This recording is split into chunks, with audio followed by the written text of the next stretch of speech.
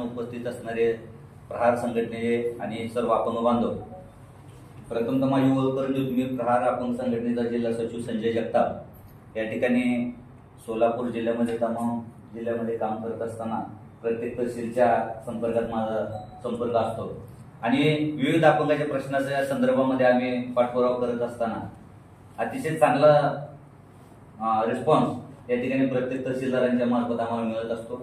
आज संजय गांधी निराधार ऑफिसच्या माध्यमातून शासनाच्या मार्फत खऱ्या अर्थानं दिव्यांगांना एक चांगल्या प्रकारचा आधार देण्याचं काम या शासनाच्या माध्यमातून केलं जात आहे. गेली कित्येक वर्ष केलं जाते, परंतु या कामामध्ये सुसूत्रता आणण्याचं काम खरं तर तहसीलदारांच्या मार्फतच केलं जातं. ते कंट्रोलर असतात आणि आम्ही आता नवीन तहसीलदार साहेब आले तेव्हापासून आम्ही कामाच्या यांची पद्धत बघतोय. अतिशय चांगलं आणि उत्कृष्ट पद्धतीचं काम या ठिकाणी संजय गांधीच्या ऑफिसच्या माध्यमातून चालतं. फक्त थोडंसं पेमेंट आल्यानंतर थोडंसं दिव्यांगापर्यंत त्यांच्या खात्यावर पोहोचायला थोडीशी अडचण येते, टेक्निकल काही प्रॉब्लेम असतात.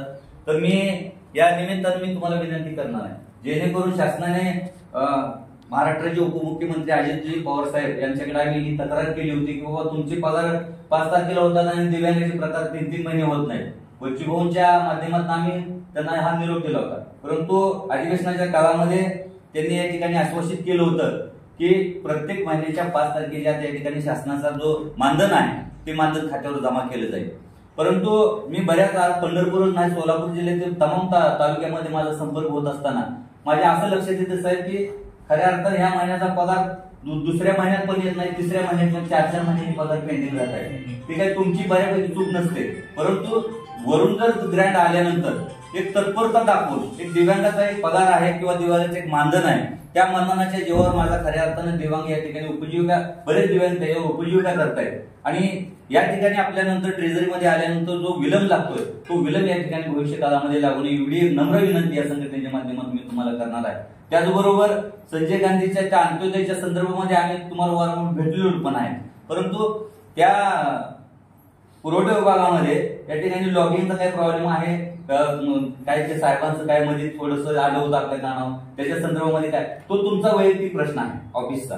परंतु मला एकच म्हणायचं आहे, जे दिव्यांग या ठिकाणी शिधापत्रिकेसाठी अप्लाय करतायत, ज्या अंत्योदय असेल किंवा अंत्योदयमध्ये शिधापत्रिका द्याव्या असा शासनाचा जी आहे आणि तो जी आमच्याकडे पण आहे, तुमच्याकडे पण असणारच, त्यामध्ये दुमत नाही.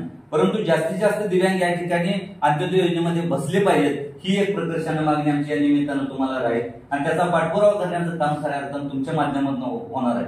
कारण आम्ही पाठपुरावा करण्यासाठी आम्ही काय वर पुरवठा विभागात केला असेल किंवा सोलापूर असेल किंवा मुंबईला याच्या संदर्भामध्ये आम्ही वर पत्र विभाग करू शकतो, पण त्याच्यामध्ये सुद्धा मागणी या ठिकाणी अंत्योदयमध्ये जास्तीत जास्त तुम्ही कोर्टात दाखवावं लागेल किंवा मागणी करावं लागेल. मागणी केल्याशिवाय काही मिळणार नाही आणि जर मागणी केला तर त्यामध्ये आल्या कोट्यामध्ये या ठिकाणी जास्तीत जास्त दिव्यांग कसे बसतील याची एक प्रकर्षानं दखल तुम्ही घ्यावी. या निमित्ताने मी तुम्हाला सूचित करतो किंवा तुमच्याकडे मागणी करतो. भविष्य काळामध्ये अपंगाचे प्रश्न सोडवण्यासाठी तुम्ही तत्पर आहातच, परंतु ह्याच्यापेक्षा अजून तत्परता दाखवाल अशी या ठिकाणी आशा व्यक्त करतो आणि तुमचं आणि संजय गांधी ऑफिसच्या सर्व मॅडम असतील, सर्व स्टाफ असेल, तुमचा सर्व स्टाफ असेल आणि तुमचं वैयक्तिक या ठिकाणी संघटनेच्या मार्फत मी मनापासून आभार व्यक्त करतो.